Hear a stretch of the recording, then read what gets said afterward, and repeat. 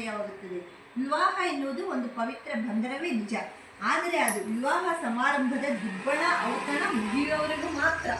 ಆಮೇಲೆ ಬಹಳ ಜನರ ಪಾಲಿಗೆ ಅದೊಂದು ಯಾತನೆಯ ಬಂಧನವಷ್ಟೇ.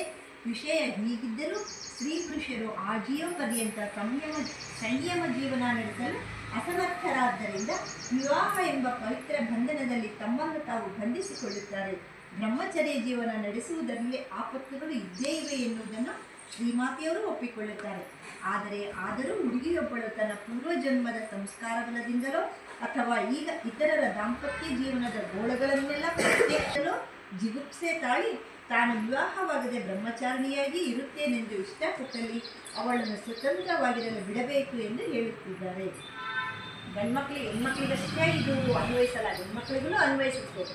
ಆದರೆ ಅದೊಂದು ಪವಿತ್ರವಾದ ಬಂಧನ. ಸರಿ, ಆದ್ರಿಂದ ಅವರು ಸಂತೋಷವಾಗಿದ್ದರೆ ಸರಿ, ಅವ್ರಿಗೆ ಇಲ್ಲಿದ್ದು ಹಿಂಸೆ ಆದರೆ ಅವ್ರಿಗೆ ಇಷ್ಟ ಆಗಲ್ಲ, ಅದನ್ನು ಮಾಡಬೇಡ್ರಿ ಅಂತ ಶ್ರೀಮಾತೆ ಹೇಳ್ತಿದ್ದಾರೆ, ಗಂಡ್ಮಕ್ಳೇ ಆಗಲಿ ಹೆಣ್ಮಕ್ಳೇ ಆಗಲಿ.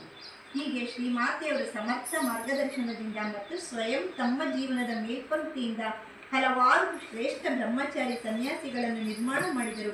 ಜೊತೆಗೆ ಹಲವಾರು ಉತ್ತಮ ಗೃಹಿ ಭಕ್ತರನ್ನು ನಿರ್ಮಾಣ ಮಾಡಿದರು. ಈ ಮೂಲಕ ರಾಮಕೃಷ್ಣ ಮಠವನ್ನು ಬಲಪಡಿಸಿದರು.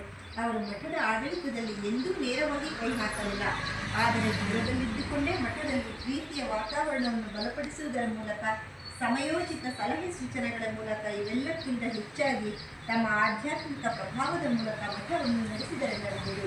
ಶ್ರೀಮಾತೆಯವರು ಯಾವತ್ತೂ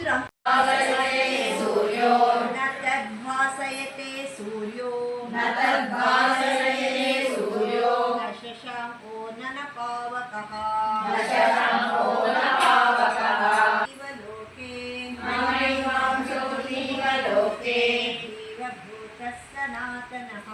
जीवभूतः सनातनः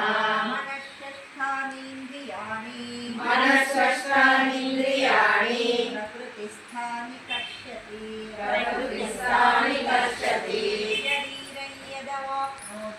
शरीरं यदवाप्नोति यच्चाप्युत्क्रामतीश्वरः गृहीत्वैतानि संयाति